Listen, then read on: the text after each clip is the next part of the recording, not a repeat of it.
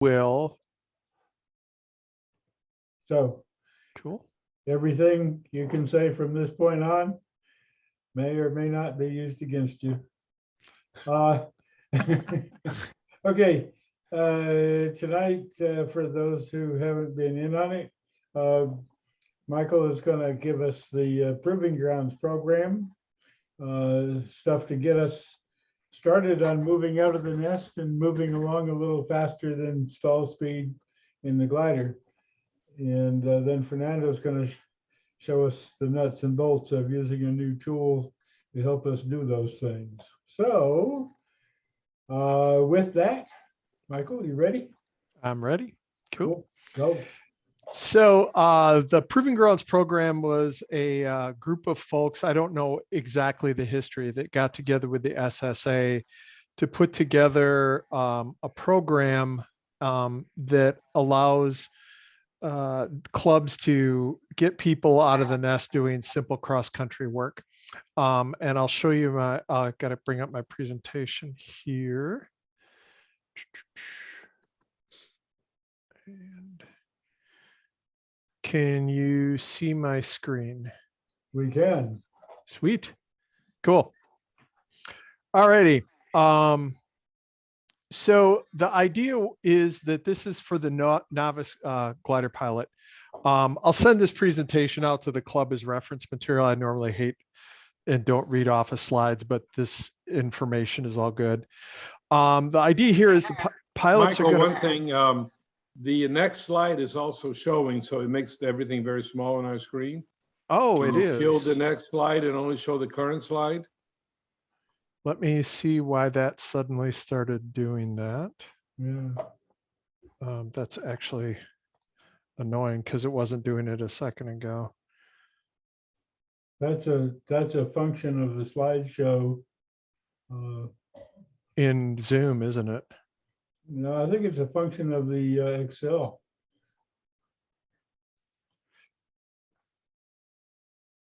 Huh. Because I'm doing it's full screen. Let me actually back out of stop sharing my screen and see if that helps. And close down everything else. You know, if it doesn't, it's not really all that distracting. You can just go from the big screen if you can't get it. I'm going to go with screen one, and maybe that'll take care of it here. Okay. And then bring it up. Did that fix it? No.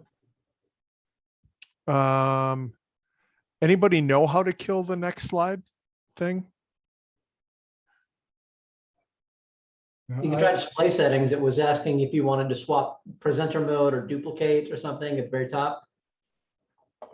Hide presenter view. Yeah. There was a drop down at the top for display settings where it looks like it had an option to duplicate where both could be the same once you actually started the slideshow. Under a slideshow, perhaps. I don't use Excel. I use something else. But... Okay, I'm Michael, using here's what you need to PowerPoint. do. Go to slideshow, next to animations, pull that menu down, and there's an option to preview the next slide or not. Yeah. Go to slideshow, pull that down. Yeah. Keep going to the right, right there. Yep. Okay, well, don't worry about it. We'll just watch. Uncheck use presenter view there. Exactly. By monitors. Second to the right section. There you go. There you go. Now you got it. Okay. Cool. All righty. So now it looks better? Yes. Okay, cool. Didn't even know that was a thing. And I've used this for like 15 years. Wow. Now click slideshow down at the bottom. Oh, it's not showing the slideshow. There you go. There you go. Oh, no. Is it okay? Not yet. You got to click slideshow. I did. Yeah, it's not showing us the output. Okay, don't worry. Okay, well, go Just maximize the screen and we'll go from there. Okay. All righty. So back to this, the pilots fly fixed tasks, and the simplicity of this Michael, is, hold on 1 second if you want. Over on your top view, way on the left, there's a little thing that says from the beginning. You should start, yeah, right there, hit it. did. All right. So there's the beginning, and that's the slide I'm on. Okay, all right, sorry. Nope, that's cool. You basically, you fly the tasks that we're going to talk about, and you email your IGC file in, and they'll return right away a time and average speed. This is done by a bot, and so it makes this really easy. And then what we're going to end up doing is the pilot will record the specifics on a magnetic strip, and we'll be posting those in the clubhouse, and I'll show those in a second. The whole program is based on flying 3 different tasks. And the first one is a racetrack task, which is keep within landing distance of the airport, within glide distance. It's not a cross-country task. It's 4 points. And like I said, we'll be showing you it. And it's all around Monroe. And then the second one for everybody is to move to something around 100K triangle, and then to 150, 170K triangle that builds off of the first 2. Here's the website. They answer all the questions. And like I said, I'll be sending this out. And there's going to be task sheets and those are what I send out in email, and they'll be at the clubhouse. There's going to be laminated ones that you can take on task with you. Just kind of ask that you bring them back or put them back.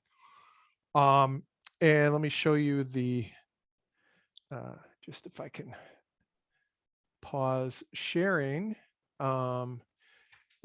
Is my screen showing? Do I show up now? We see your screen. Do you see me? We see you and we see your PowerPoint. We both. see- Okay, cool. We see everybody. So here's if you look at me, there's this little metallic board that it says racetrack, sprint, and then make sure I don't drop these. It'd be very painful, and ultra. And the magnetic strips are going to go across here. And they're just going to be signed on with marker. And as you get the best time, you move yours up to the top and you move the others down and cycle through them. And it's just to start some friendly competition. We're not going to quite start the process this weekend, since we may have some time after Fernando's presentation. We can talk about why we decided not to start this weekend. And the reason, Fernando noticed a couple things, and we're going to try and get, essentially, long story short, is get everything FAI standard for these tasks, because right now they're not. More on that later. Don't worry about it. So the MGSA tasks are going to be using Monroe, Winder, Madison, Covington area. And we'll talk when I bring the task up, we'll get into a little bit more detail. You can fly with a club ship if you have your bronze. It's commonly misunderstood, including by me, that you needed your silver. So you can do it with a bronze. If we're going to fly a two-place ship, post both pilots on the strip. So give credit to both folks. Also remember that you're responsible for the accuracy of the info as pilot in command. So if something screwed up on the sheets, you're doing that, you're still in charge of, this is your task, you're the pilot. We'll tune things as we go. So, yes, sir. I'm sorry, I didn't see the hand. Yeah. You have to have a silver to take the 2-place. One of the 2 pilots has to have a silver to take the 2-place out of cross country. But the single places can go cross country on a bronze. Okay. Okay?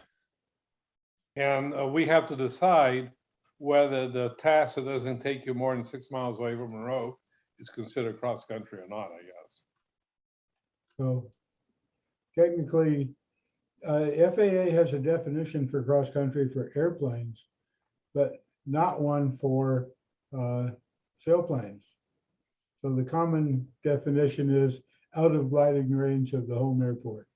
Okay. So the racetrack, at least then, we're good with the Yeah. racetrack task. Yeah. Okay. All righty. Anything else on that? Okay. Here's the task. I sent these out, and my apologies, I'm colorblind, but the parallelogram in the middle is the racetrack task. Then the sprint task is the one that's more yellow colored. And then the ultra is the one that adds the red, I believe. A couple things with this to note. We're going to start at start southwest point, not over Monroe, so we are not conflicting with the jump operations. The thing about the tasks on racetrack is you can start on any one of the starting points and complete the task. The same with the triangles also. You can start at any one and then finish as you desire. The idea being, of course, start southwest keeps you back home at the airport, so we should be starting out there. Right now, ignore the minimum finishes and the start height and the cylinders. These are the pieces of conversation Fernando made me aware of today that we need to talk to these guys about and what their software can handle. And we'll talk about that at the end of the presentation. But essentially, it's a 4-point task, keeps you within range, then a short task, Winder, Madison, back to start southwest, close to Monroe, and then getting over to Covington. This is like one page of the sheet. This is the other side of the laminated sheet. They put the land out checklist, your pre-flight checklist, the major airports on here. We can always get them to add to these if we want. Here's the crucial part. Mail your IGC trace to this email address, mgsa@soaringtask.com, and you'll get the completed task emailed back. And then on the magnetic strip, it's going to say pilot name and the rest of this information. And then again, like I said, if you get a faster task, once the board's full, we'll put it up to the top.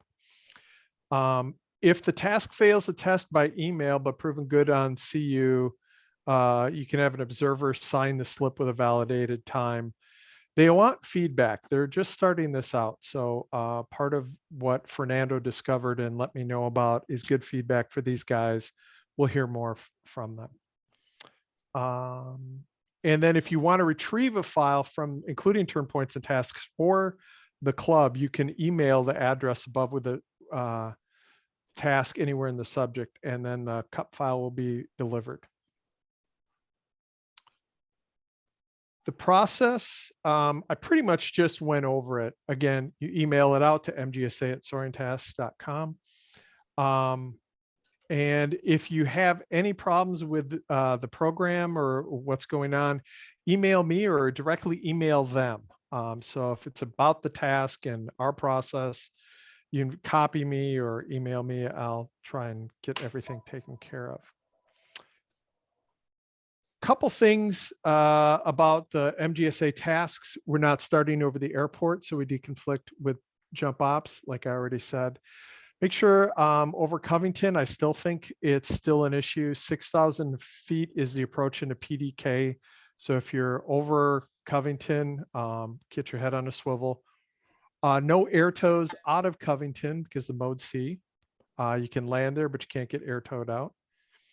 Again, you're responsible for the accuracy of all info. The other part that I'm putting in here is something I didn't speak up in the last meeting, but practice trailer readiness is part of your task, but more importantly, start asking for help. I feel nervous asking for somebody to crew for me. I'm going to say right here, I will crew for anybody. If you ask me, I'll come pick you up. Doesn't matter. Unless I have something else planned, I will come get you, as will other people. But just make sure to ask. We need to get better about this as we start trying to fly cross country more often. That's it for the proving grounds part. Fernando's going to take the tasks and show you how to get them into Navigator. And Fernando, we can go over the issues. I put them on the slide as a question and parking lot items, why we're not starting it because of what's up. And you can go over this, or I can. This was essentially the email I sent out to the proving grounds guys to get clarity. So Fernando, do you want to talk this through, or should I just go ahead and say why stuff might not be valid right now? Well, I think we should skip. We don't want to get into the Okay. technicality. The main reason, actually, it's funny. I discovered today that our Monroe 6A in John Linebacker site is corrupted. And because I tried to enter the task and I found out that our COVID, the first one, doesn't exist in that file. So John is a crazy guy. I mean, he responds within 2 minutes. We've had 6 emails exchanged. He's in France doing an astronomy seminar and responding to my emails. So he's wonderful. So, I mean, that's only Linebacker. So we have an opportunity, Hartley and Mitch have been copied on this, to improve the term point list. But that was the main thing that says, I have created a fixed file and we're going to improve the file. Cool. Yeah. Okay, Alrighty. the rest is inside baseball. Hartley? Yeah, just one thing. Part of this training is to get people used to doing all the procedural things it takes to get a successful flight. So yes, the start lines and the turn points and all these things need to be understood, and this is a way to practice them. So on the big day, you don't screw up a nice flight by having missed the start line or something, you know. And that happens. It does happen. It even happened to a U.S. team member at Uvalde. Put the wrong units in the start line and missed it completely. So yeah, these things take practice, and so that's what this is for. Not only is it the actual flying, but to get credit for the flying, you need to be able to handle the procedures. Cool. Before So- Fernando starts, really quick, were there any questions about the program itself that anybody had? It's pretty basic. So, alrighty, cool. Take away, Fernando. Okay, what you see on the screen is my actual phone. That's why I'm here twice. Hope there's no echo or reverberation between the two presences. Is that okay? Sounds good. Okay, I am super freaking excited about this piece of software.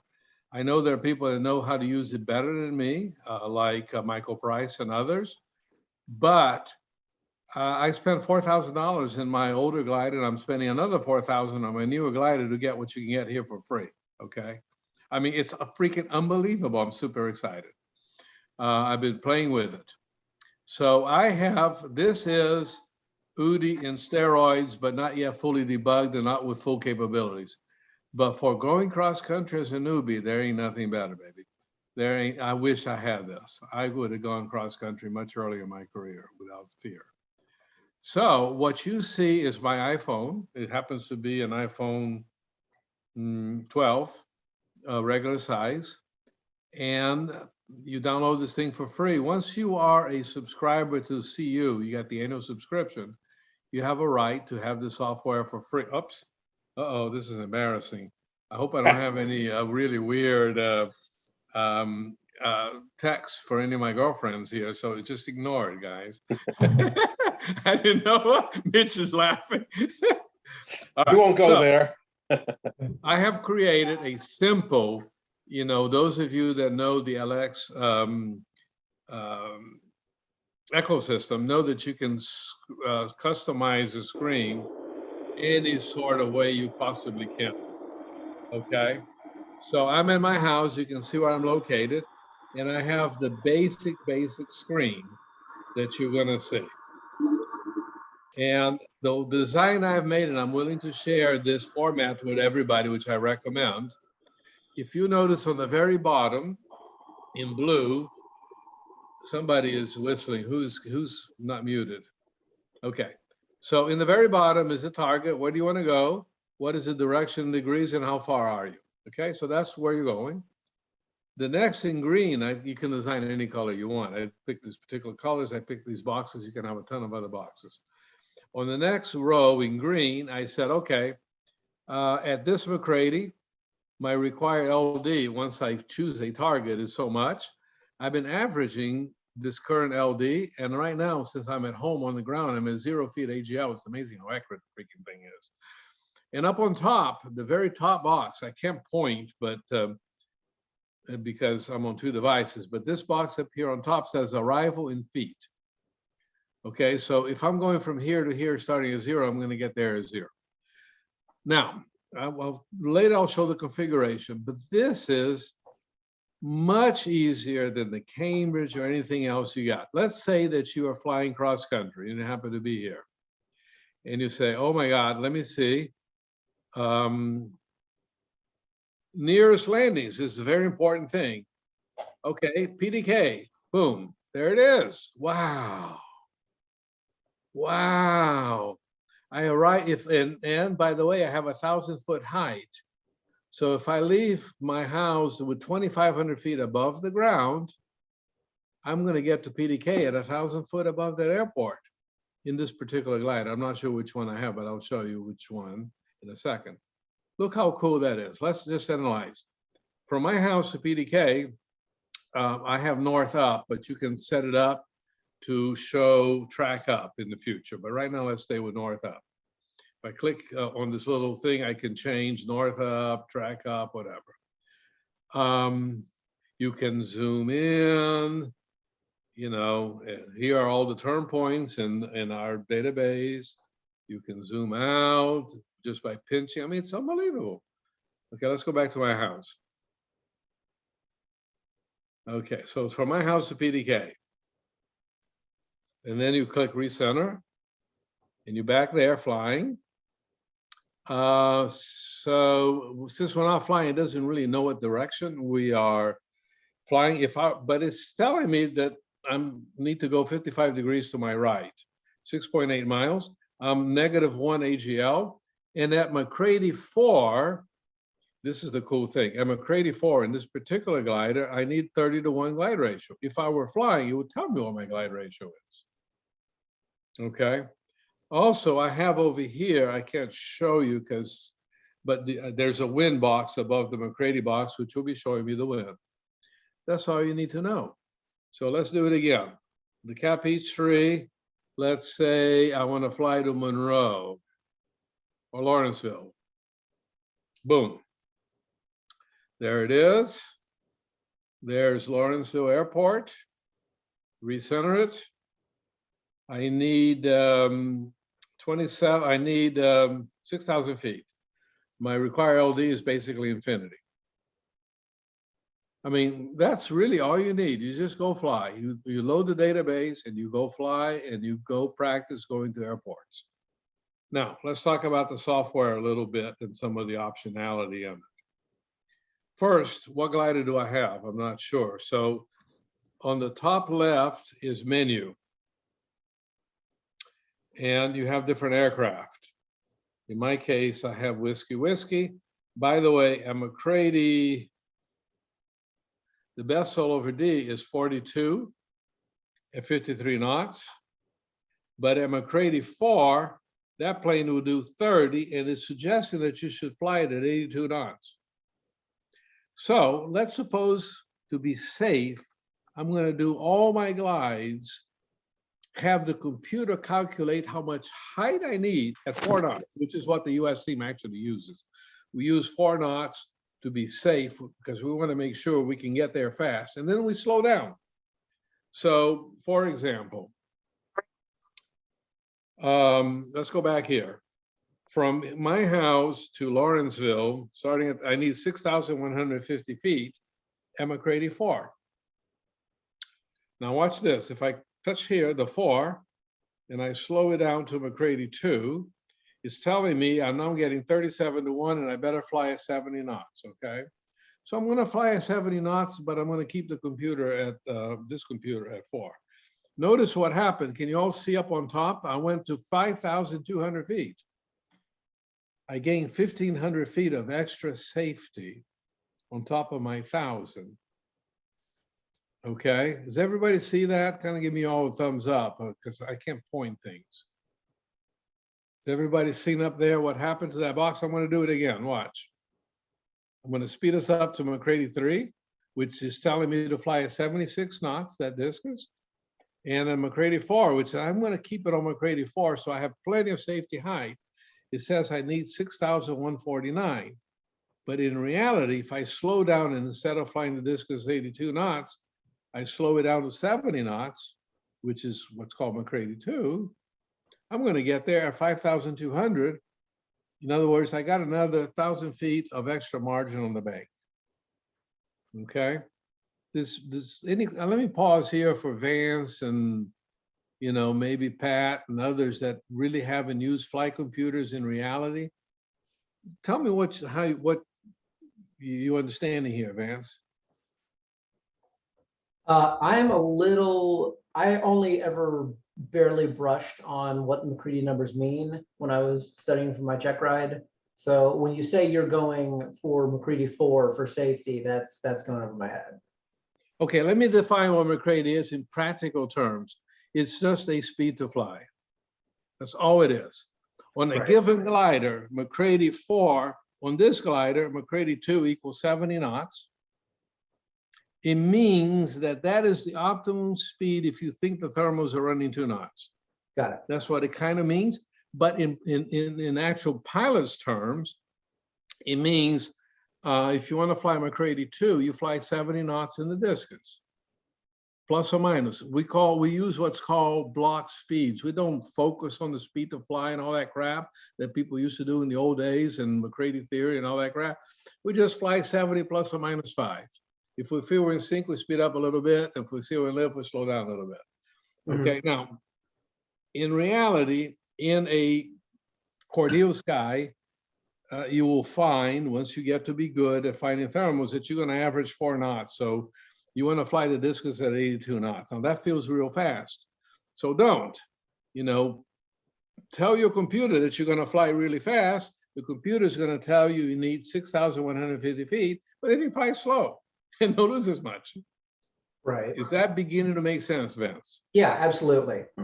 Yeah, Okay. I kind of assumed that the 4 knot there for the McCready number was the estimated lift that you can get in a thermal. Exactly. But forget the estimated lift part. It's really the speed you want to fly. Yeah. The faster you climb, the faster you cruise. That's all we're talking about. Okay. Let me see, who else hadn't really done a lot of, I don't know, Nathan's or Tim's, but Tim, can you read back what you heard from me and clarify for the rest of us? Yeah, I mean, the way I understand it, if you can sacrifice glide ratio for airspeed, and you want to kind of make that trade-off in such a way that you are going to arrive at a certain altitude. Now, I'm not sure if that arrival altitude takes into account winds or if it's a pure calculation or what exactly is behind that, but that's the general gist, as I understand it. You said it perfectly, incredibly well. And the winds are going to be okay here. It does take into account the winds for sure. It takes into account glider weight, wing loading, and a bunch of other things. The wind is not going to be great if you got your phone by itself, but we're going to talk about how to hook it to the 302 with a Bluetooth. And then it'll be much better if it actually has access to the air data, meaning the pitot tube and the static source of the glider. This one is going to guess at the wind based on how much drift you have during the thermals. It's good enough for government work, but it can be improved. Nathan, what did you understand and what are you getting so far from this?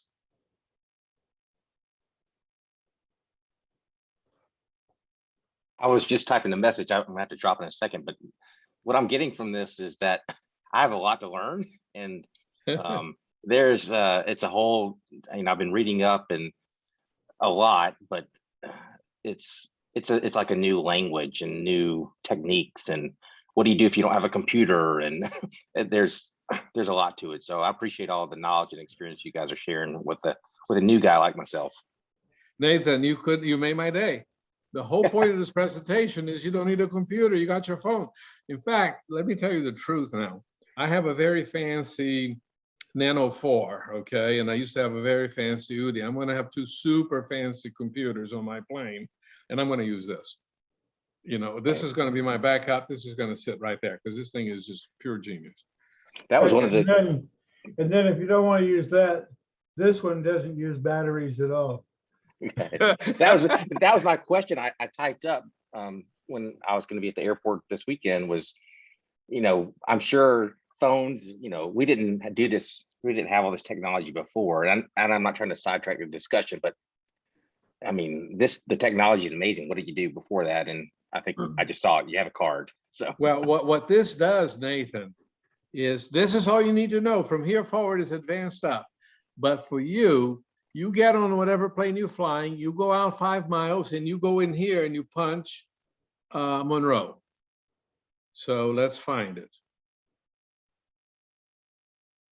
You want to know whether you can get back home or not, okay? Of course, from here, it's a long freaking way. It's 40 miles. You see down here on the bottom of my screen? right. But let's say you dare yourself to get out 5 miles. The only place you got to keep your eyeball on is this green thing up on top. As long as it has a positive number, you can arrive back in Monroe at 1,000 feet, especially if you got it set at a high McCready, which makes it super conservative, because you're going to fly slower than that. So that's all you need to do. Just go out as far as you dare. When that number gets to like 500 feet, positive, don't let it go negative. When it says 500 feet, it means if you make a U-turn right there, you're going to arrive at the airport at 1,500 feet. You know, the 500 plus 1,000, which is in reserve here. I'm going to show you how to set the reserve. Not only that, you're going to arrive above that because you're going to be flying slower than Fort McCready. So it starts giving you confidence to go out and do what I call star-shaped cross countries, which is how a beginner starts. You know, a beginner doesn't do a triangle or rectangle. You go out, you come back. Ah, I made it. Let me find another thermal at the house thermal that I know. Then you go out and you come back. Then you go out and you come back. After a while, you start getting confidence. Fernando, Yes. could you back up and for the audience expand on one key point? And that is you're setting McCready 4 so that you see a worst case scenario for altitude loss. I think everybody appreciates your further to the right on the polar, higher sink rate, et cetera. But then you're flying McCready 2, so you're going to beat those numbers. Correct. So my rhetorical question is, why not just set 2 and fly 2? What's the point of beating a worst case scenario? Can you expand on that? It's an extra safety factor because there's 2 parts of the safety factor. One safety factor is the absolute altitude I want to arrive. Okay, you got to know that. And I have what's called variable safety factors. If I am going towards an airfield that I know, I might use 400 feet. And I'll be very comfortable arriving 400, ending a pattern 400 and landing. If I going into a field that I've never seen before, it's a grass field in the middle of the woods, like Smith GSB, I need to arrive there at about 1,200 feet. So I'm doing all kinds of adjustments to my safety altitude, depending, if I'm coming back to Monroe, I'm happy arriving at 400 and landing straight in. So, but let's say to keep it simple. So the first component is what altitude do you want to arrive at, okay? Let's just say you're simple and you want to arrive everywhere you arrive at 1,000 feet, okay? The second component is what if there's more sink than there's lift on my way back, okay? And that safety factor is the difference between the McCready you put in here and the McCready speed you fly. So if I put 4 and fly 2, which is an absurdly conservative thing, but just to illustrate, I'm assuming that on average, I'm going to get 2 knots of sink all the way home. Does that make sense, Scott? So if I got to go back in a cloud street in the blue that I'm not sure, and I might miss a line, or for whatever stupid reason, I'm going to have to fly on the backside of a ridge, or the storms are coming and it's raining, any number of reasons, okay? that I don't think I'm going to, the air mass is not going to be net zero, it's going to be net -1. So in my actual plane, in my racing airplane, I have two safety, it allows you to put two safety factors automatically. I don't have to do this of putting one and flying another. It automatically adjusts. So I put in 1,000 feet arrival as my default, and I adjust mentally. And then I put -1. In other words, whatever McCready I have, it gives me a glide with the assumption of 1 knot of sink all the way through. That's a freaking long answer, Scott, but does that make sense? Does. I think that helps everybody. Yeah, Well, so to summarize, and I'll recognize you, Harley. The first safety factor is how much height you need to recognize the airport and set up for landing.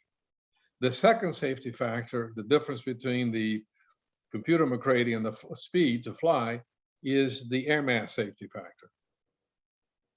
Harley.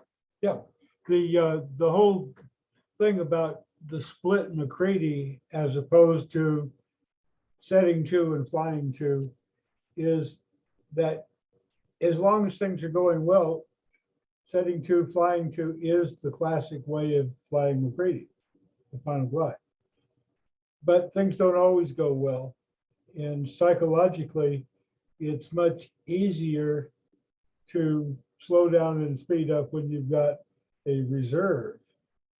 So if you wanted to set to and fly to, you really probably would do well to go set to and set 2 plus 500, which would be about the same as setting 4 in the first place. So Yeah, but what this little device makes it real simple right. is when you press, I'm going to put my finger on that 4.0. You can't see me doing that, but I'm going to touch right there. When I touch right there, that screen opens up. And it tells me that I got to fly 82 knots on this particular discus. I'm going to show you how to set up the plane and everything else, but on this particular discus. But I want to, let's say, setting 4 and flying 2 is extremely conservative, but let's say I set 4 because I want to get up to, we're talking about final glide now. How far do I need to go to make the glide? Okay. Or in what we're teaching in this course is how up do I need to go to make the next airport? Your whole concept, Scott, of flying airport to airport, okay? Okay, that's the central idea here. That 8,300 feet at McCready 4 is a very safe way to assure me that I'm going to make the next airport in case Lawrenceville was my next airport, okay? And it's going to tell me to fly 82, but I'm not a racer and I'm not in a hurry. So let me see what happens. And notice that's 30 to 1, and that's 8,300 feet. Okay, I need to go from my house, 0 ground. Let's say I slow down to 3. Well, it slows me down to 76 knots, and I gain 500 feet of safety. Do y'all see it? Did I move it quickly? Watch that. If I slow down to 2 McCready, look up on top, it's 7,600 feet, 75,970. I slow it down. Takes a while for it to compute. There he goes. I gain another 500 feet. Okay, over that distance. Now notice that when you slow down to 1, you don't gain very much. You slow down to 0, you gain 300 feet over 40 miles. I mean, one should never fly best all over D, ever. The slowest you fly that discus under panic situations is probably, I wouldn't fly at 62 either. I mean, I'll really be in a panic. But, about as slow as you should fly to discus is 70 knots. And then you slow it down to 65, when you're in lift, and speed it up to 75. That block speed for a conservative beginner pilot, the discus is designed to fly at 70 knots plus or minus 5. Okay. If you're a racer, in the World Championship, we were flying the discus at 90 knots, full of water, slightly different discus. But 70 knots gives you 37 to 1. And you, Scott, showed on your great presentation that 30 to 1 is a good planning, number, right? So so that's kind of how you use McCready. But what I really love it is this key right here. Nearest landings, boom. That is so cool. And notice what it's showing you. Now, from here to the PDK, I only need 7 miles. I only need 2,100 feet. This is a McCready 4. So you can select. In reality, if I was up at 4,000 feet, I would have a bunch of makeable fields. All of these feet here will be showing positives rather than negatives. Okay, so I pick one. I'm going to go to Hartsfield-Jackson. Boom. You know, there it is. I better make a U-turn. The heading's 171, and it's 12 miles from my house. All right, so this is basic flying. Now, I guess, let me show you a couple of the features of how to set up the program, and I'll show you how to set up a task and go fly. But I encourage you to fly with no task. Just go from airport to airport, like Scott taught us, you know, and just select an airport, make sure you got it made, go there. Once you're there, climb, select an airport that you got it made, go there, and just hopscotch around OLC style. Let's see. Steve, you hadn't spoken. Give me some feedback. Where are you at with this? I'm here playing with my app as you go through this. I'm sorry I'm not on camera, but I've had a rough day, so I don't want you to have to see me yet. I might come on later. But yeah, I got the McCready stuff, and I'm here actually trying to see how I can get my screen set up similar to yours. Okay. I was playing around with yours here and looking how far it was to McCollum and stuff like that. You know, I know Murray and Panos and many of the others have flown a lot of cross-country computers. Oh, I don't know about your experience, Dennis or Wayne. Dennis, what are you learning so far?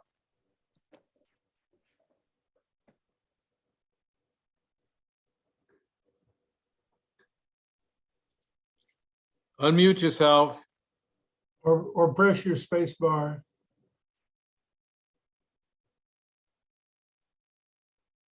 Dennis, you're still muted. Oh, you there go. it goes. Okay, wrong key. So I'm reviewing I have not flown with a computer at all. My first sense is, you know, so by going with a higher McCready number, my sense is I'm being optimistic about the amount of lift I'm expecting. So therefore, since I'm expecting better lift, I'll fly more aggressively or at a higher speed. So my sense is that by picking airports, being optimistic, it's giving me a assurance that I should arrive at the airport with a comfortable margin to spare. Is that? That was a fantastic summation, man. I wish cross-country courses would have that, what you just said. That's all it takes to build confidence in a computer. I have a small, what is it? It's a flight computer that I'm using on my Android device, but I've had such difficulty reading it while flying.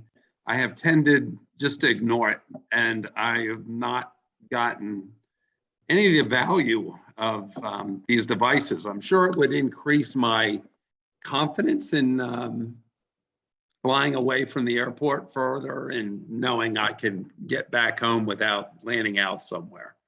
And that's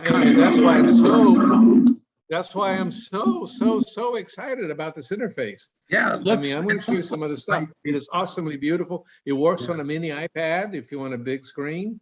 Now, I will tell you that this thing actually has rain radar built in and giving me real-time rain, and it's giving me real-time convergence and lift.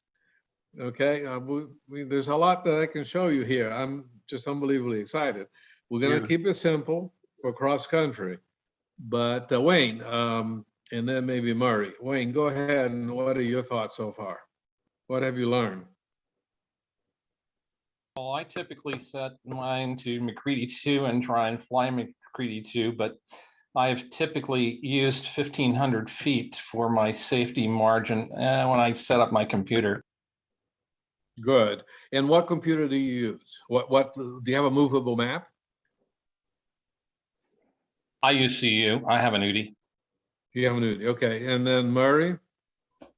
Yeah, I have not used a lot of computers. That's been kind of my problem. When we start using CU after we left the barograph, I used CU for that first year and flew the silver down to Tiffin once or twice and lost the screen, if you remember, and it was pretty complicated, and I did not understand it. This looks a lot simpler. Unfortunately, I didn't jump in until about 20 after when I got home, but this looks, I was going to buy, I was thinking, I have a ClearNav, which I've been playing with, but this Yeah. looks a little simpler and be able to put this on a mini, either on my phone or, which I got to buy a new phone. I just broke the screen yesterday.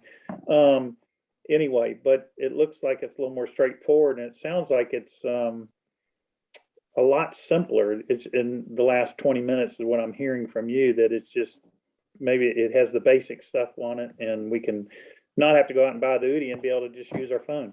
And Yeah. So, and this is going to grow. This is still very early on. Panos, are you trying to speak? Well, yeah, I was just going to ask. I mean, quite a few of us have the UDI already, and does it make sense to have both in the cockpit, or just only one or the other? The old UDI is going to die. The old UDI is going to die because it's a different operating system. This is a new UDI. This is a new UDI N, which runs on a different operating system than the old UDI. And so UDI is going to migrate to this. And this, you can buy an UDI. The only reason to buy the new UDI, which is UDI N, it's not quite, is that it is IGC compliant for world records, world competition, all that. But this, because the iPhone is secure enough and the Android is secure enough, this thing is running off of the internal barogram of the iPhone. The iPhone, I discover, has a pressure sensor in addition to a GPS altitude. And because it's all kind of highly secure, this file, it's going to generate a log for you, and you can just email right from this app. You can email to OLC, you can email to SSA records, you can email to your mentor, you can email to Michael Abell's thing right from your phone. So this phone is what CU is doing. It's saying you can buy my hardware or you can use Apple's hardware. It's going to be the same. Fernando, two questions then. What's the mentality for like using it for regionals? Like, are they? We're going to prove it for regions. Okay. We've always have. I mean, it's a question of the score and the CD, and I've always encouraged taking files from various phone type softwares that we've used in the past, like Exit Skies or Top Hat or whatever. The other thing for people that do have an UDI and they're not going to get rid of it, that kind of want to keep it, you can customize the UDI screen. And weirdly enough, I've pared mine down to look somewhat pretty close to what they have on here. So I've gotten rid of a lot of the chuff. Yeah. Now notice, for example, I'm going to press on the top right of the three little layers that you see above the compass. Yeah. And it's got choices, and there are more choices. I can actually put a satellite image in here. Notice that I don't put this, or I never would put this on my screen. I would look out the freaking window if I want to see the mountains. I don't need to look at my screen to see the damn mountains, okay? I don't want garbage confusing my navigation to the airports. I mean, that's what looking out the window is for. This is the most absurd thing they sell. Look at this. Look at this crap. They put all of this stuff in there. Why do you need that crap? Look out the freaking window. Keep the map to nothing, please. The only thing you want is airports. Just like the old Glide Nav 2, Fernando. Exactly. I mean, it's such a rookie move. You see somebody with a fancy UDI, with a fancy LX nav, with a fancy clear nav, and they got crap on the screen. The pros look at it and says, it's a newbie. He doesn't want to look out the window. All I need is. Can I add something? Yes. There was a comment made of readability, and one thing that I encouraged as we all get older is what I've done is I've got a special pair of sunglasses with magnifier inserts for the bottom half, and I absolutely love them because the small font on the UDI, my ATD 57 farm display, it just makes that so much more readable that if that's your issue, guys, there's an easy fix. You can get those inserts off of Amazon and they go in the bottoms of your sunglasses. That's lovely. Thank you, Scott. Now, notice how much easier it is to just look at this, okay? That's all I need to know is where are my landable fields? And where's my airspace? Now, let's give you a little tour of some of the features. Recenter, back to my house. Now, let's go over here on these three little bars on the top left. Okay, first, we've already worked with the target. You got a choice. You can choose nearest landings. You can choose 8 waypoints. You can go back to your past recent ones. You can clear the target. But very important, at the bottom, it's called collections. We won't spend a lot of time on this, but what you're going to do is you're going to create, these are some of my collections. These are in CU Cloud. The one thing you're going to need to do is have a rudimentary knowledge of how to go to cu.cloud.com or cloud.cu.com, whatever it is, and load your term points there. You take them down from John Liebacker and you put it in CU Cloud as a collection. And Silva, for example, is my collection of every term point in this whole area. So if I want to do long cross countries, and no matter where I'm flying, I can do long cross countries in a 5-state area, okay? Those are all my landable points. What I did is I merged all the files from Cordeo, you know, Seminole Lake, Bermuda High, but you know, you may not be so ambitious to do really long cross countries, so you don't need to use this one. We can just use, let's call it, you see the various ones. This is Uvalde, Monroe, which is no good. Monroe 6B, the one that you download from Liebacker from soaringweb.org is called Monroe 6A, which had a problem with term points. So once I load that particular collection, that collection happens to have the term points, but also very interestingly, if I want to plan on my computer a task, I'm going to show you how to enter the task right here, because what I'm advocating is that you go to the airport, you look at the weather, and you enter your task right there while you're sitting BSing at the keyhole. But if I wanted to have my task pre-plan, I go to the second thing, and I can load from the collection. And in Monroe 6B, I have 6 tasks, and these are Michael's 6 tasks. So if I want to load the racetrack, there's this little racetrack. I fly this task. Task is set.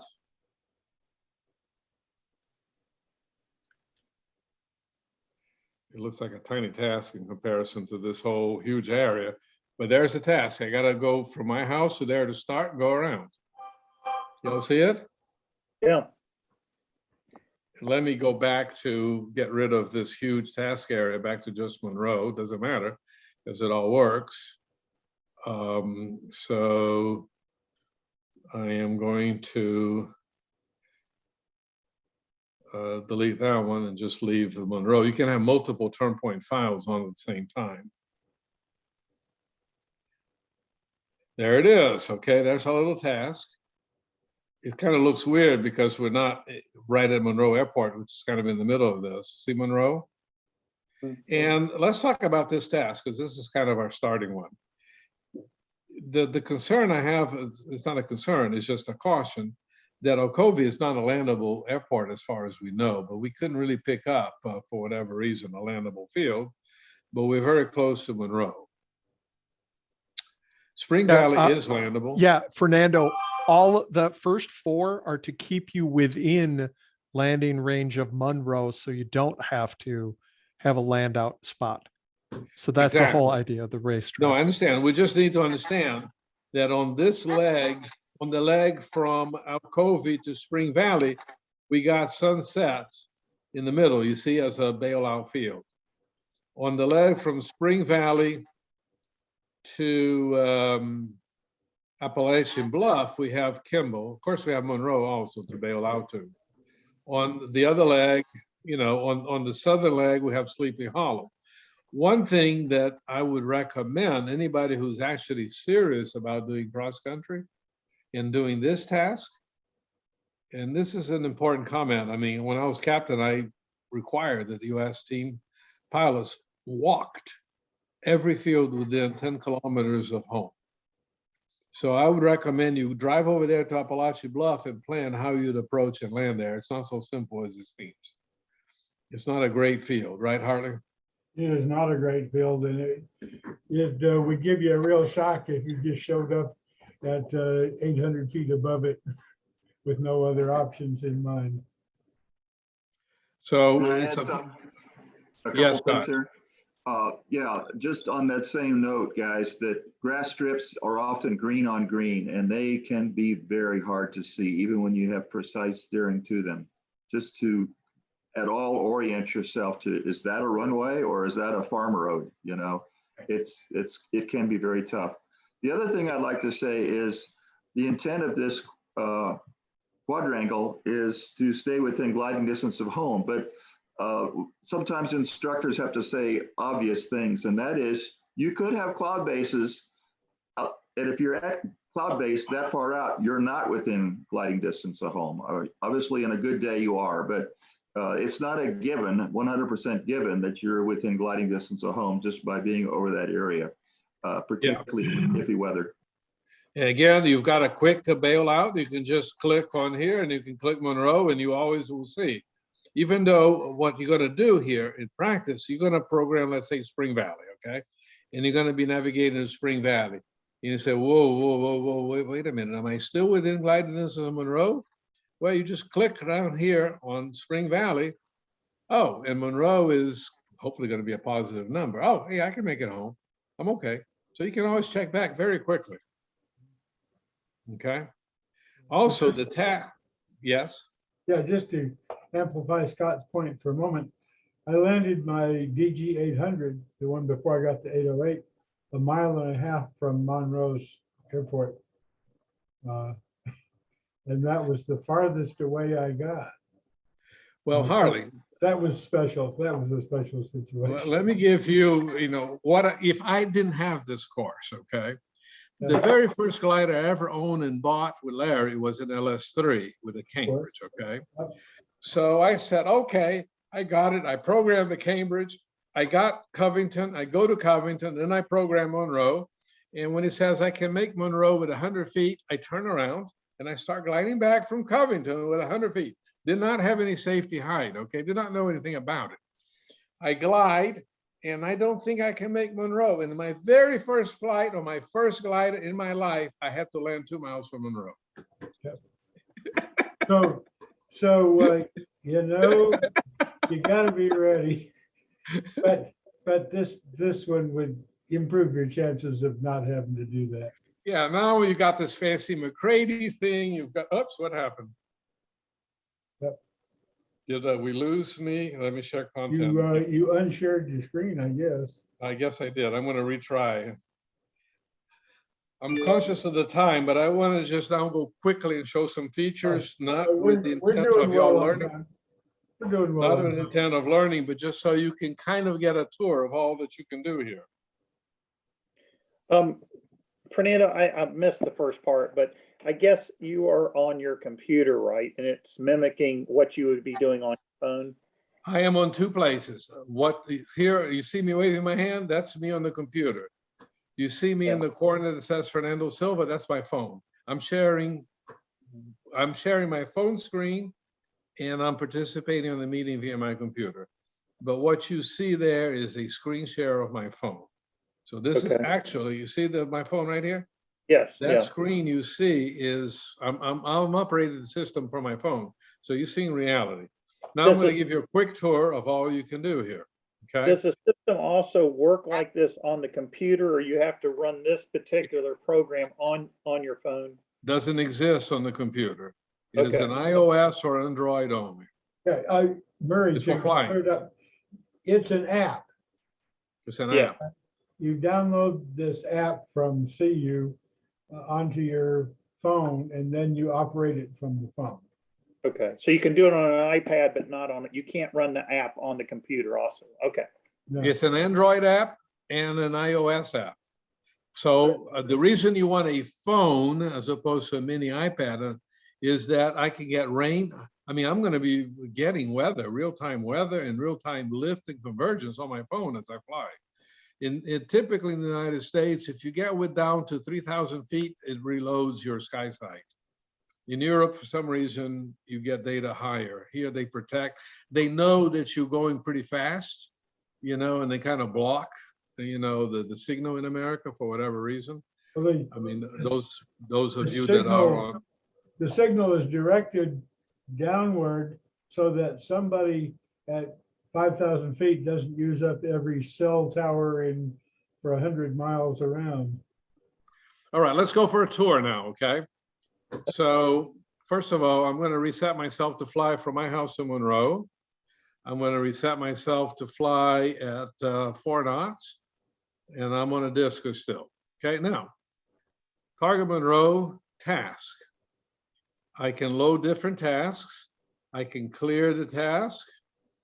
What's really cool is I can share the task with somebody else. If I declare a task at the airport, let's say 5 of us are there, and we say, let's do a pickup little race. How about we go here, here, here? I declared the task. It creates a QR code, and my other 4 colleagues scan and they got their task on their phone. Boom. Wow. You see how cool it is? Scan Yeah. QR, but I'm going to load a task from my collection. Again, I mentioned, you know, for example, this is one of my dream tasks right here. It's a 750 kilometer task. It's kind of large, but I won't, we'll go down to Savannah and down to Cordeo, but I don't know if I ever fly that. But I'm going to load back to the biggest one that Michael Abell, the Ultra. Okay, there's the Ultra. It's a beautiful little task, 76 miles. I go back. I can see it on the screen. Oh, no, wait a minute. Task, load from collection, retask, fly this task. There we go. The task is set. Okay.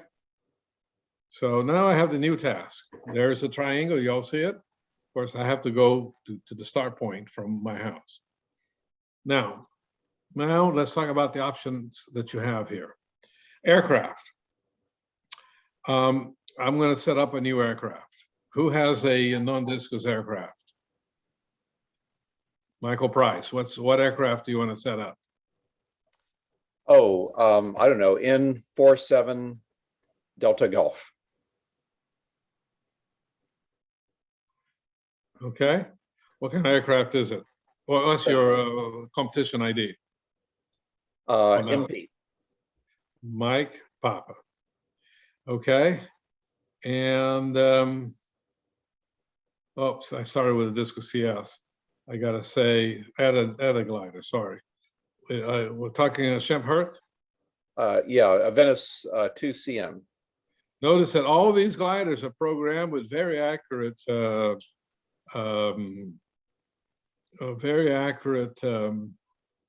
polars. So I'm setting up a Ventus 2CM. This one right here is N47 what? Delta Golf. N47 Delta Golf. And Mike Papa. I'm going to add that aircraft to my choices. See, I got my JS, I got the Discus, I got that one. Michael probably weighs 180 with parachute. And because he's got a motor and so on, let's say he's got 120 pounds. Oops, overload. What's your maximum gross, Michael? Oh, are you in 18 meters? Oh, let's 18. click 18 meters. Yeah. What's your maximum weight in 18? I think it's 1,200 actually. 12 something, okay? There you go. So here you are, your full gross. That's a very high performance airplane. McCready 4, he's got to fly 89 knots and he's doing 35 to 1. And McCready 2, you're flying 77 knots and doing 43 to 1. Best all over D is 48 at 56 knots at that weight, no bugs. But you see how nice this thing, you can just set up aircrafts just about as fast as I did. Hey, what are So bugs? on the wings. What are The bugs, Oh, literally bugs. they're real bugs, not your kind of bugs, Dennis. Okay, I These are thought it was an mosquito acronym bugs. for something. So hopefully you start the flight with no bugs, right? No bugs. But Oh. yes, if you don't have bug wipers, you got to degrade the polar by 5 or 10% towards the end of the day in Europe, where you get bugs like crazy. We don't have any Oh. bugs in America. Okay. Well, Dennis, at Chilhowie, I ran into a bug swarm. I just can't even describe it. And I just started dropping like a rock. You wouldn't believe. Okay. Yeah. Okay, I'm just right. So Fernando, would you alter that as the day goes? Yes, you're supposed to look out your wing and alter that as the days go. Also, if you're going to have wet wings, you got to think of the rain droplets as bugs. Okay, okay. I Good just question. didn't know. Yeah, I Okay, didn't know. it's Okay. great that we've got a group of people in this call that have never used a computer. So, you know, you got these questions, but I want to show you how easy it is to use this freaking computer. It's ridiculous compared to what we used to have to learn in the old days, Harvey. Hey, I still have a glide nav 2. Okay, if now ever- notice here, so I set my target, or I set my task, blah, blah, blah, devices. Okay, this is important. This is really a part of the really cool part. Right now, it's connected to the built-in sensors in my Apple phone, which are very powerful built-in sensors. It's got a GPS, it's got temperature, it's got a real barograph, etc. But this thing, what I would do is we can buy, the club could buy, or an individual could buy, a little dongle, Bluetooth dongle, that plugs into the back of the 302 or whatever instrument we have in the gliders, and then it will transmit via Bluetooth from the gliders 302 to this phone our actual airspeed and altitude. In other words, air data. If this computer has air data, it's going to be able to calculate the winds better. Okay, and that will help lots of things. So we can connect air data from the airplane into this phone. Okay, then that's it. I mean, that's a simple. Then there's all kinds of logbook. If I had flown, the logbook would appear. I can hit here and send it to OLC. I can send it to the number that Michael suggested. I can send it to myself on an email so I can have a record of it and analyze that night. Okay, now settings. You have to establish an account with the CU. It's an annual subscription. And my account also has, and you got to do everything through CU Cloud. Then the collections, you got to do it through CU Cloud. You got to upload your turn points and any tasks you want on CU Cloud, then your phone will pick it up. Airspace, for example, you can select, you know, so I want to see Class B, Class C, Class D. I want to ignore E and F. I want to do control, restrict, and prohibit, because these are, you know, if I enter those, I get 0 points in a contest. I don't care about danger area, glider sector, airway, and so on. But as an example, if I put on glider sector, watch what's going to happen.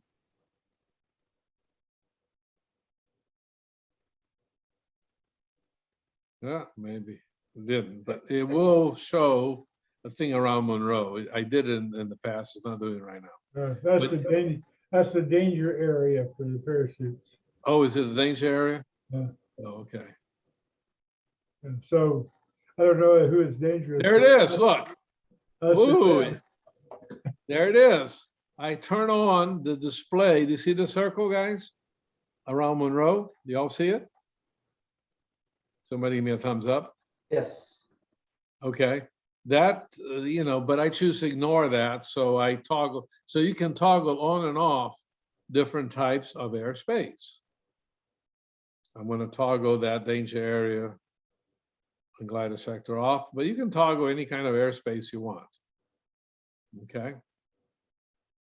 Nav boxes. This is the cool part, but I recommend you use my recommended layout if you're not racing. If you're racing, we have to set up a different layout because you got to know assign area tasks and time and all that. But for cross country, you got a choice. You can put the time on your screen, you can put your altitude, you can clutter your screen in a zillion ways. I choose not to clutter my skin. I want to know how high I am above the ground. And it's, as you see, how amazingly accurate it is. I want to know what my current LD is. I want to know what my wind is. I want to know where I'm going, my direction and my distance, and how high I'm going to arrive and my required LD. And of course, I got to have my McCready box so I can change it. So that's what I chose. You can have all kinds of other things on the screen. You can clutter it any way you want, you know, and you can put indicators, you can put a compass, you can put all kinds of crap. You can also put a variable. It could be very helpful to help you center. You can have a buttons, you know, to do different things, and you can save the layout, et cetera, once you design. So Fernando, I designed, yes? What's your experience with the Vario based on the phone's sensors? How does that compare to what's in the aircraft? It will be very good, I think, because I know the underlying logic that I fly with the LX 9000.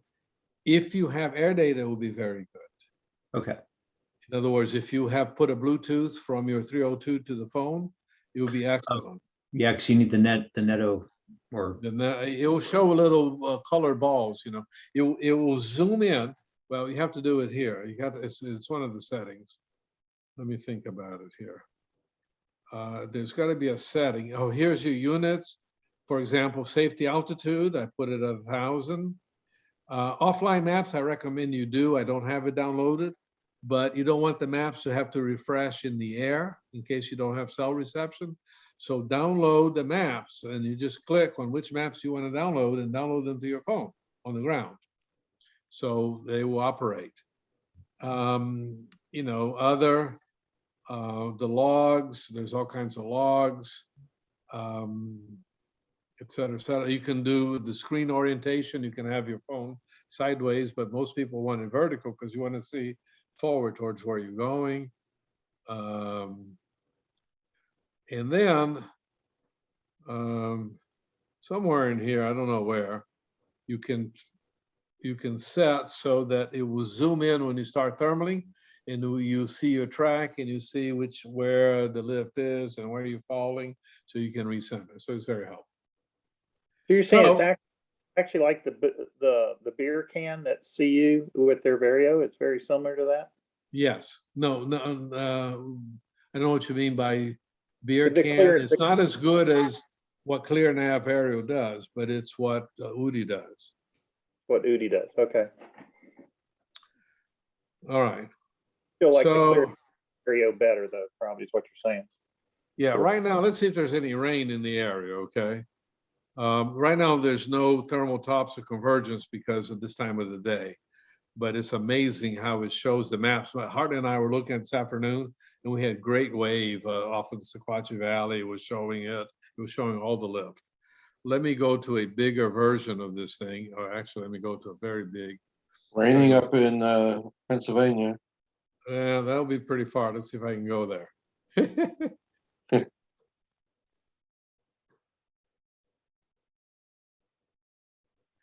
Settings, collections. Let me give you my big collection. Let me turn this collection off. Okay, so now we are seeing a huge area. But the other day that I did this, it would show the rain that was raining up here. Right now, do I have rain turned on? You should go pinch it and move it, can't you? Do that? Let me see. I don't know if I can go way north. Oh, there it is. There it Look is, at the yeah. rain. Yeah. I mean, how cool is that? Okay, you fly and you see the rain. And you see where the lift is. For free. Pat, you hadn't commented yet. I like your learnings. What have you learned and what are you thinking? Well, I agree with you. It's outstanding. And I've used an UDI 2, which I've Bluetooth connected with my PC to learn better how to use it with Condor, so I can fly and see what the reaction is on the device. I fly with the IGC, and the IGC is you've got to have like needle fingers sometimes to select things, unless you're going to take out the stylus, which I don't do. So it's hard to select things. this is so much easier to select things with. It's so And, much faster, you know, and you guys are seeing it slow down by Zoom, but it's like this, you know, Yeah. running on a powerful little Apple 11, what I think is my model. The only other comment I'll make is that what I like about the UDI IGC is that it'll display and color code in green all the airports you can make, given your current L over D and the safety altitude that you set in, 1,000 feet or whatever. And That's on the list. Yeah. this is going to happen. This is going to be an enhancement, I think, that's coming out with this pretty soon. Right, I'll let Michael Price speak in a minute, but the other thing is we'll show farm targets. It will show your buddies. And Michael, maybe you seem to have a ongoing conversation with Erasm or one of his minions.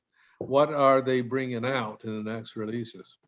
Well, a whole bunch of things, but the most important for Pat and us is that they're going to have, you know, the green for makeable. They're going to have floating LDs so that as you're heading towards your waypoint, you can kind of make sure that you're within 30 to 1 or better of stuff on the way, you know, which is very important for safety. And right now, I don't know why, but in any case, in a few days, hopefully, if you touch an airport, if you need to do a land out, you touch an airport, you're able to see the frequencies if there are such, and the runway lengths and things like that. So those are the most important things for us in the next few weeks. I see what happens if I touch an airport. Michael, are you using Android? Yeah, I'm using an Android. Have you got the tasks to work yet to show up? Yeah, it works, but you can't save and name a task. That's coming later. I set a task up and it doesn't show it on the screen. Oh, that's a defect in the latest version. If you roll back, you'll see it works, and within a few days, that patch will be out. You're talking about this program or the UDN, Mitch? This program, I'm running a Samsung S10 Plus, so Yeah. it's They're Android, and it has some bugs on the display of it. Yeah, it's just a temporary bug. They know that. They made So, it. for example, I just touched that airfield over there on my big screen, and it told me what is the distance and all of that. It will tell more things. It will tell frequency in the future. Right. And for example, let's say I touch that airfield. Well, I touched my fat finger, and it gave me a whole bunch. Which one of the ones near that area? I go to Perry. There it is, but it's not giving me the frequency or anything else. It will in the future. That's right. Very, very soon. If you need a needle finger, a guitar pick, a plastic guitar pick on your index finger, held on with a little strip of masking tape, and you have a needle finger. But you know, Harley, it's very forgiving. I mean, look how many the fatness of my finger is going to touch about 10 airports if I touch here, let's say. But it's going to tell me which one of those that I want. I touched 10 airports. Great. That's good. So I'm just freaking astounded by this. But before we get into the advanced stuff, for those that haven't been outside of the airport range with comfort, let's just delete this task. Forget tasking. I don't want you to even worry about tasks. Clear target. Okay. This is all you need. And I'm going to clear the task.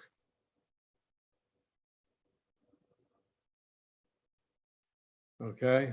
You have nothing but an old-fashioned glide computer.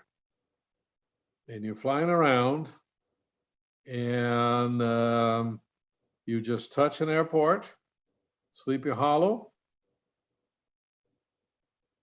and you say go to, and it tells you whether it's positive or negative, or you're going to arrive there. And more importantly, you just go to nearest landings. Of course, where I am in my house, there's not really good options for a glider, but you pick one that you like, and it tells you Whispering Pines, for example, is negative 4,000, but 4,000 feet, I can make it. That's all you need. Just keep it there. Look at your map. And at any time you get worried, you just click on the magic button called Monroe. And it tells you which direction you got to turn 94 degrees to the right. It's 40 miles away and you need 6,000 feet to make it. Now that's pretty depressing, but if we're close to it, it would show positive.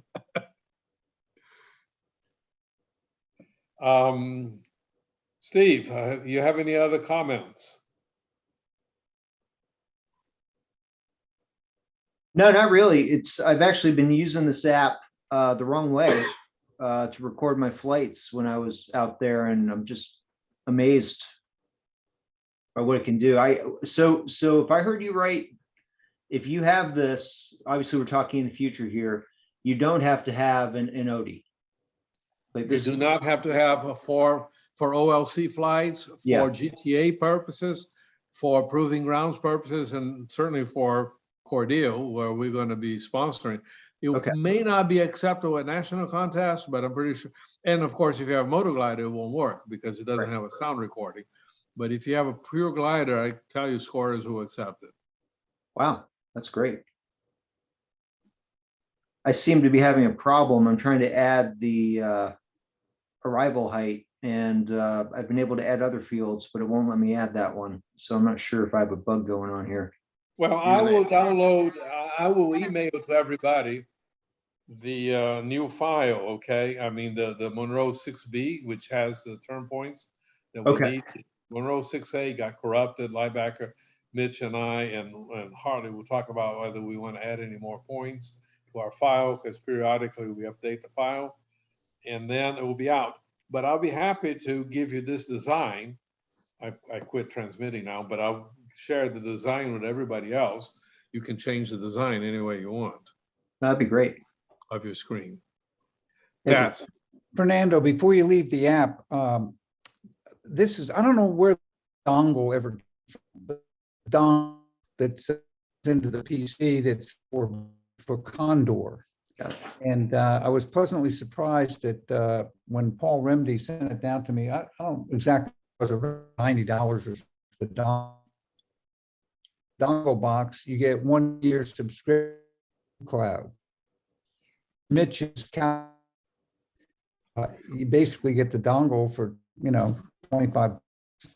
yes. Let me share CU Cloud, by the way. My intent was to keep this as simple as possible, but let me see if it's, let me see if I have it here. Hang on just a second. It's Do the not best. want to go into a lecture on a teaching class on CU Cloud, but I will do it a little bit so you get an idea for those of you that already know the app. Hang on just a second, let me figure this out. Okay, I have it up on my screen. Now I got to press share. Now I'm back on my computer. Okay, share.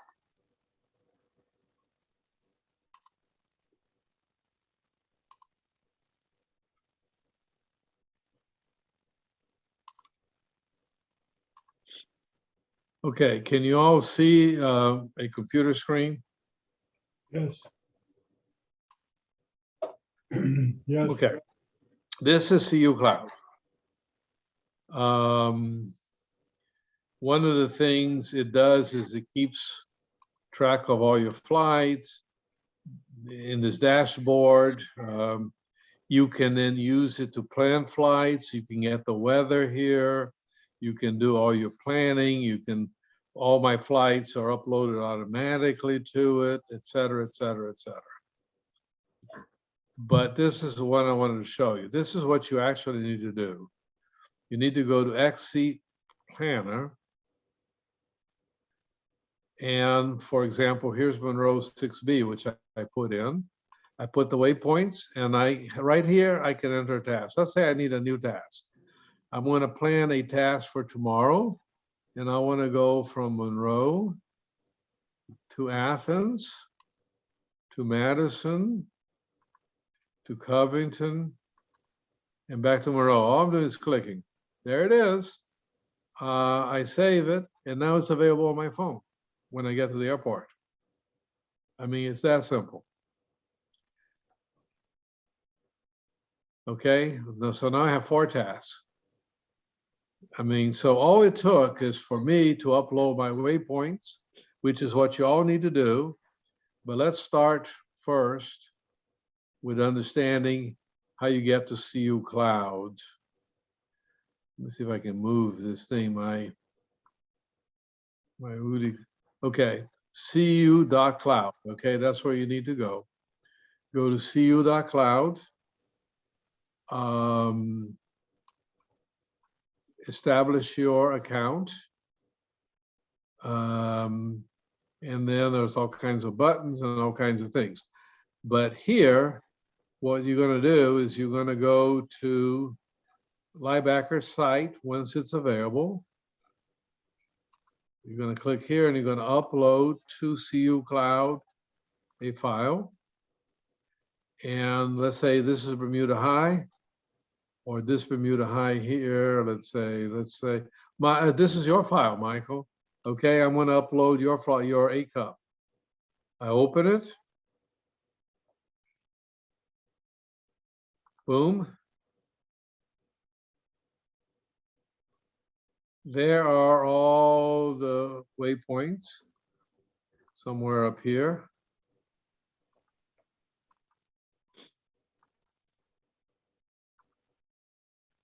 Okay, these are your turn points, New River and all of that. This is Michael's points.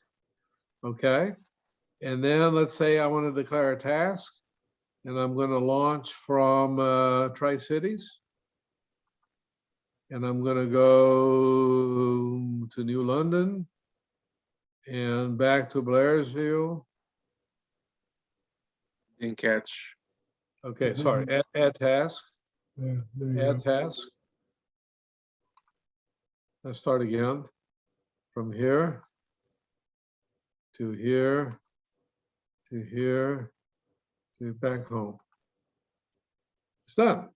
That's a big ass triangle. That's 1,000 K right there. You ready to fly that one, Michael? Absolutely. Let's do it tonight. Let's do it. But that's it. Now, what you're not seeing is the weather here, which would end the convergence and the lift and all of that, which will help you plan to fly along the wave. So I just created what's called a new collection. This collection is called Appellations A. It has turn points and it has tasks. When I open my phone, I just go to the collections tab and I open this file, it loads, and I get all the tasks, or I can design a task at the airport before I take off.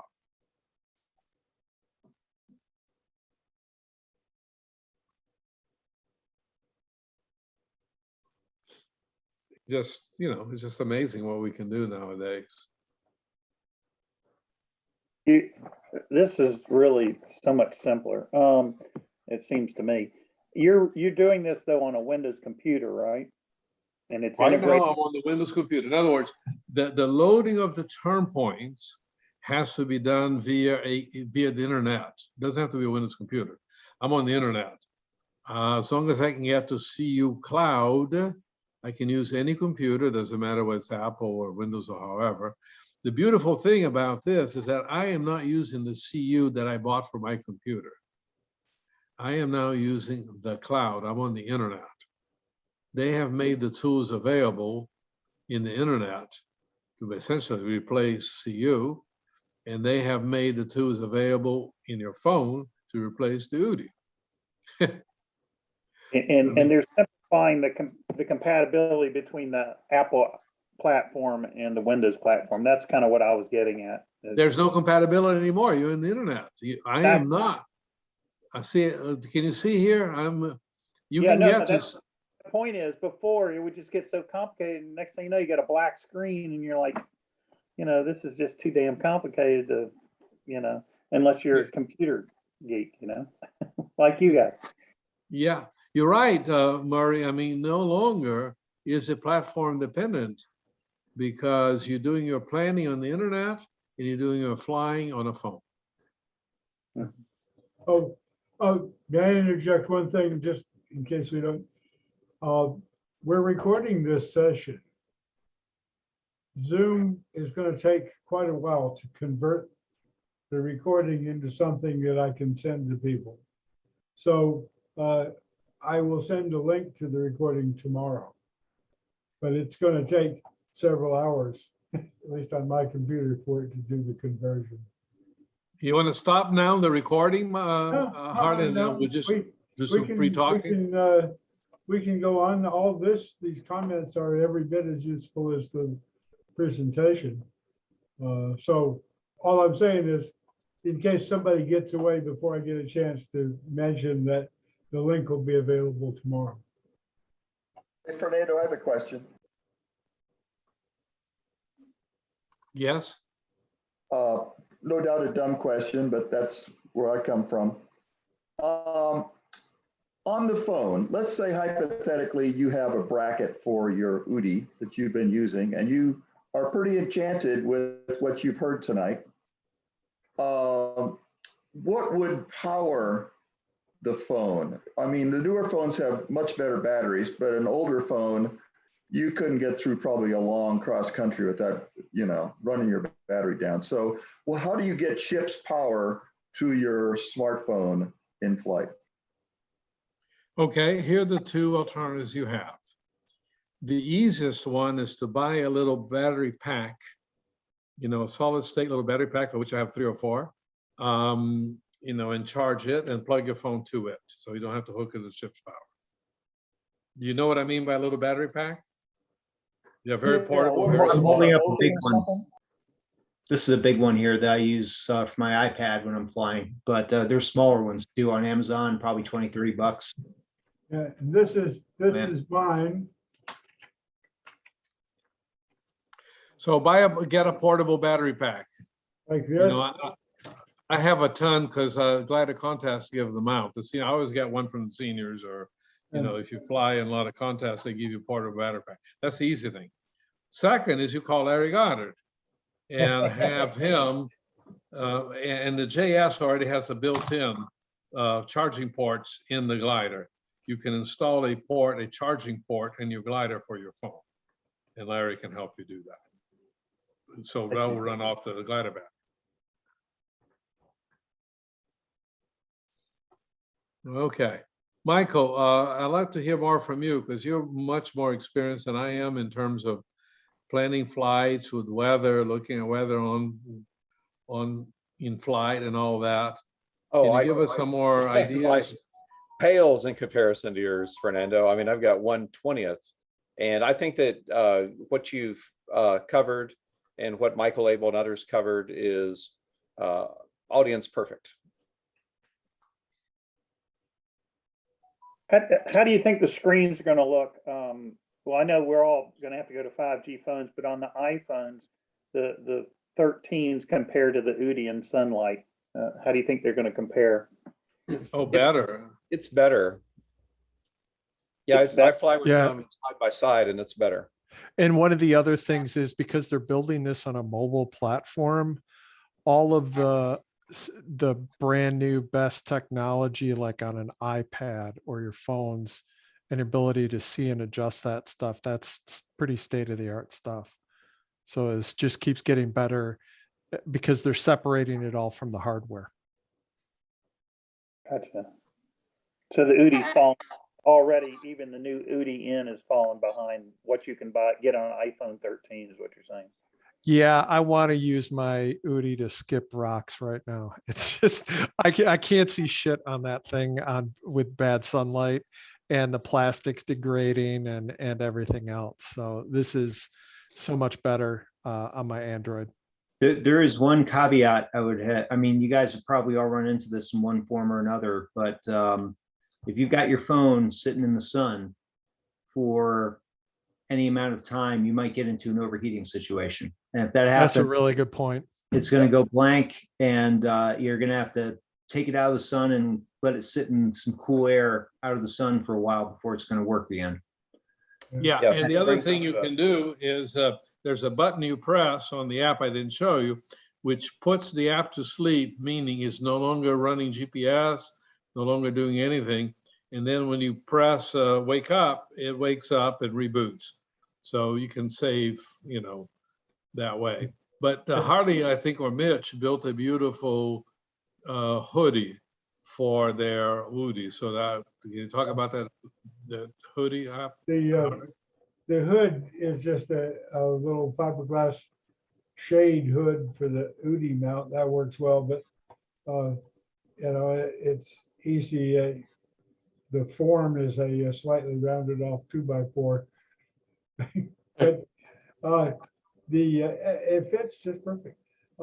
Back in the old days when we used compact 1550s and Glide Navigator 2, sitting in the sun on the grid, the screen would go black. But if you put your hat over the phone for 5 minutes or so, it would come back. So if you're going to leave your phone sitting in the sun, shade it somehow and it won't overheat. It's not overheating from the use, it's radiation heat from the sun. Yeah. Who, just a quick question, guys. Who has this now in their glider? I would just love to see this for install and how it readability, etc.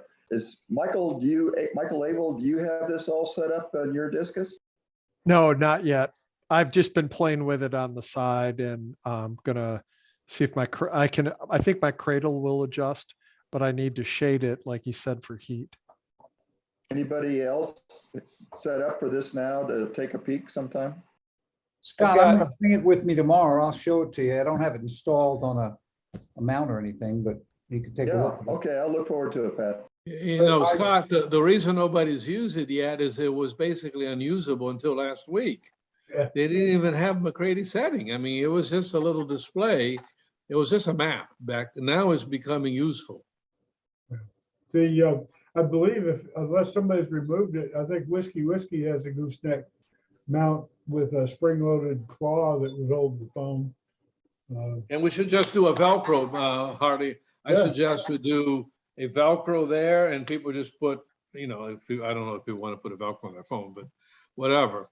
Hey, even a couple rubber bands would work.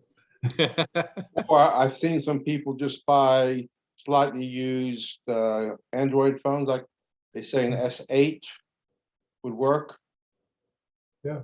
And you get one of those for $100 or less. And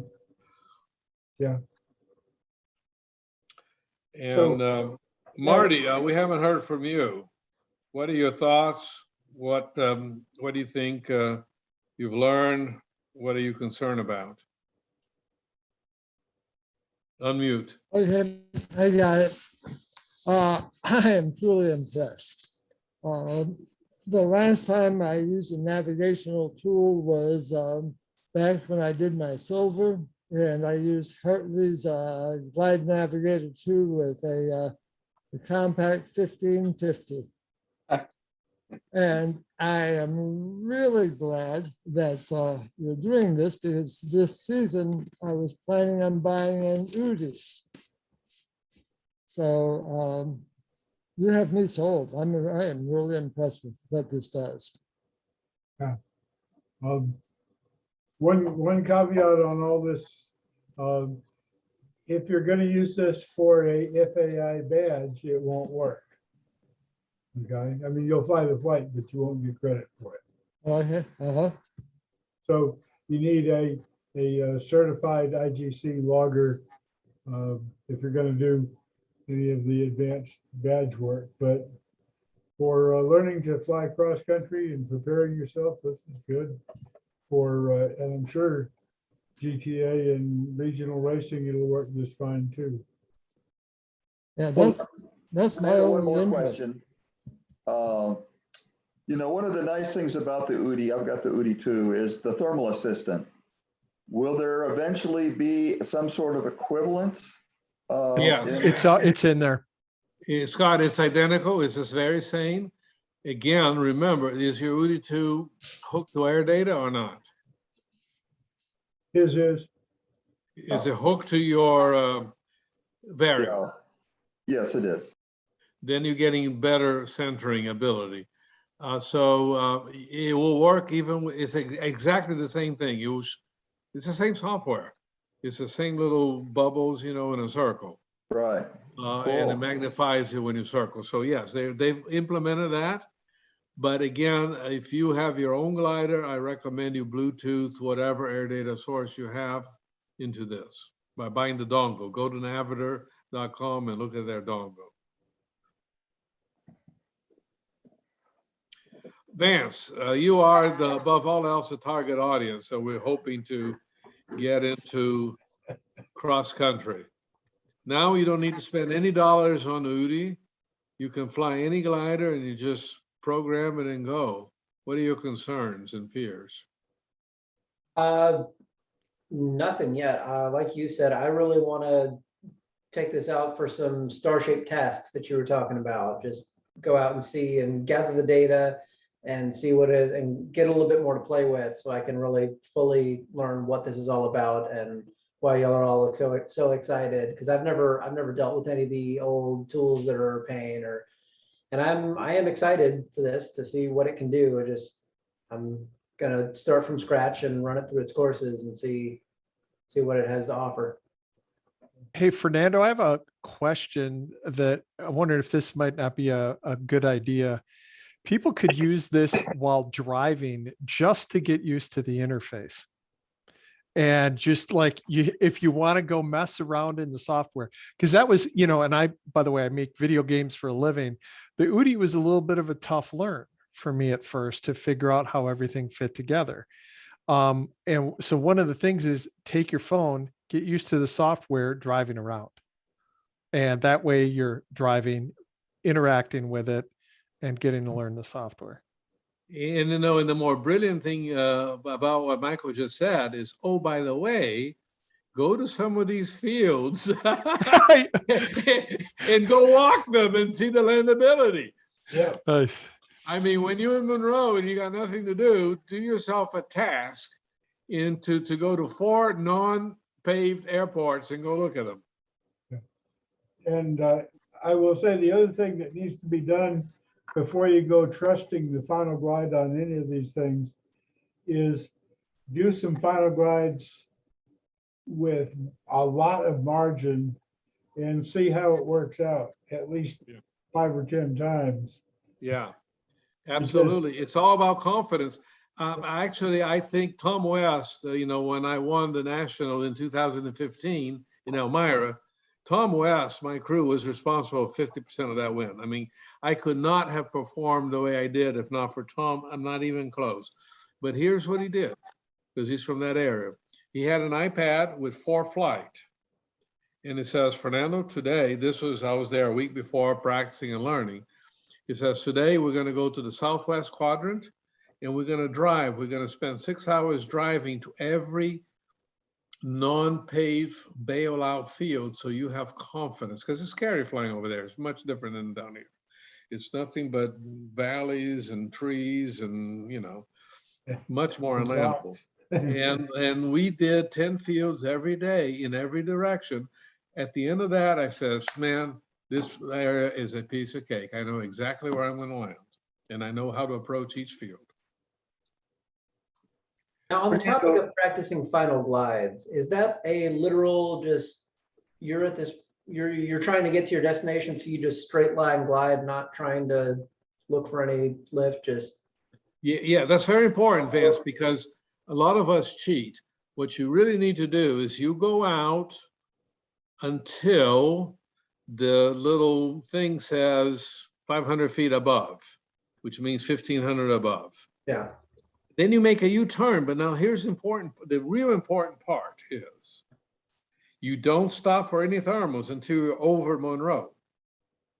No, because if you cheat, and stop, you don't have the real impression.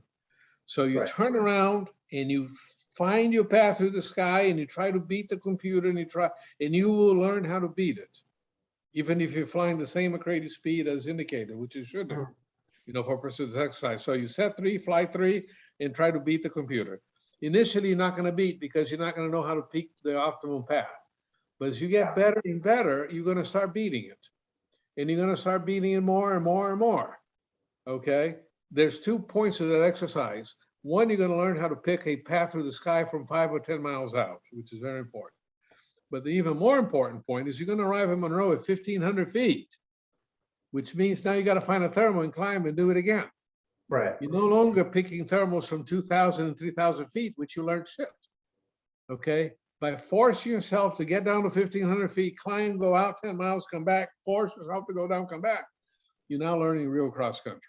I mean, you got to practice with a purpose. You got to train with a purpose. You don't just randomly fly around and trying to stay up for a time. Okay, great. And I interrupted Pat. Sorry about that. Just Yeah, to amplify one point. You, on a final glide, if there's a really great looking thermal cloud within 15 degrees or so of your path, you go through that. Deviate. Yeah, deviate a little. You don't want to deviate 45 degrees, but you know, do extend your glide by lateral navigation. If it's blue, of course, go straight ahead. But yes, you don't ignore some lift on the way in just because. Well, exactly the opposite. You not only don't ignore, but the purpose of the exercise is to figure out how to find the most efficient path home, which even in blue may require deviation over roads and towns and everything else. Now, if you only go 5 miles out, you don't learn a whole lot because that's not enough to really have alternatives. But if you go 10 miles out, which you only need 2,000 feet, okay? I mean, 10 miles is nothing, it's 2,000 feet.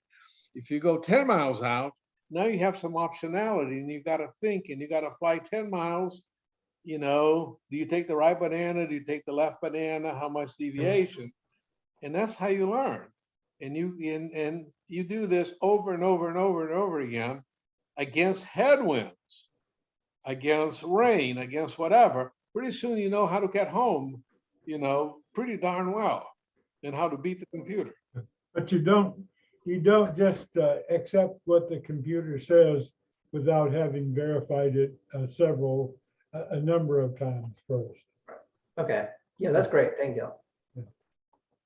I was going to add that nothing is better than actually walking the fields where you might potentially land. But as a backup to that, using Google Maps to check out the generally what the airports may or may not look like, but they're generally pretty close. And on the app itself, I don't know, you probably can't see it, but you've got something that's almost as good as Google Maps, so that you can actually take a look at the task you're flying, look at all the airports, and you can just pinch in and have a really good close-up of the orientation of the field and whether there are buildings next to the runway or whatever, just as a. One of the warnings I'm going to put in. What did I say? You said maps. No, you're right. I meant Google Earth. Thanks, Hartley. Google Earth is a first good attempt, but I've actually run into shots from 2014 and that type of thing. So if you do it, it's just a good suggestion. Like Fernando's saying, go check it, because Google isn't always as updated. And especially as we go down to Cordele, there are a whole lot of airports that are on sectionals that don't even look like a farm field anymore. There's trucks parked and all kinds of crazy stuff down there. Yeah, I know of several of those. Yeah. Yeah. So, well, I think we're about to the point where we should wrap it up. Anybody, any other additional comments? We've got a little bit of time left. Fernando, you got an email from me and the Proving Grounds folks starting the discussion. So go look at that and we can talk. Okay, we'll talk tomorrow. I'm here to help and coach anybody in terms of how to load your TurnPoint database into CU Cloud and how to, you know, use the app. But it couldn't be an easier time to start practicing with a purpose. Instead of going to Monroe and flying for time, what you do is you fly out and returns 10 miles out, 10 miles back, 10 miles out, 10 miles back. That should be the kind of flight trace you should be doing, rather than hanging around the airport and trying to see if you're the last one to land, because you're not going to beat Mitch anyway on that game. Yeah, yeah. All right, well, Michael, Fernando, thank you very much. It's very enlightening and stimulating. It was Okay. fantastic. Cool. So This was thanks- awesome stuff, guys. Thanks, and I'll end the recording, and like I say, the link will be available tomorrow. Thank you very Thanks. much. Thanks, Awesome, everybody. guys. Thanks, Thanks, Fernando. everybody. Enjoyed it immensely. Thank you very Thanks, much. Michael, for Excellent, organizing excellent our proving grounds. Great. Thank you very much, everybody. Okay. Good night. Shalom. Hello. Gentlemen. All right, guys. See a lot of you tomorrow, hopefully. 9 o'clock?